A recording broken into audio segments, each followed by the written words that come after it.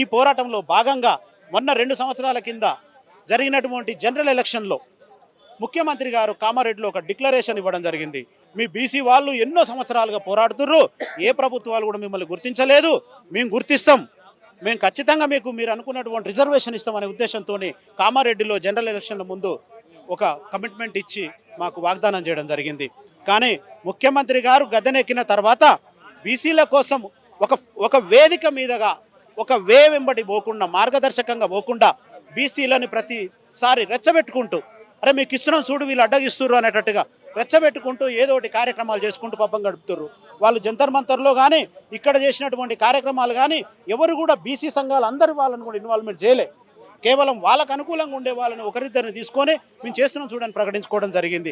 అయినా కూడా మేము సంతోషించినాం, మా కోసం ఒక ముఖ్యమంత్రి గారు జంతర్ మంతర్ వెళ్ళిండు, మాకు రిజర్వేషన్ వస్తుందని మేము ఆశపడ్డాం.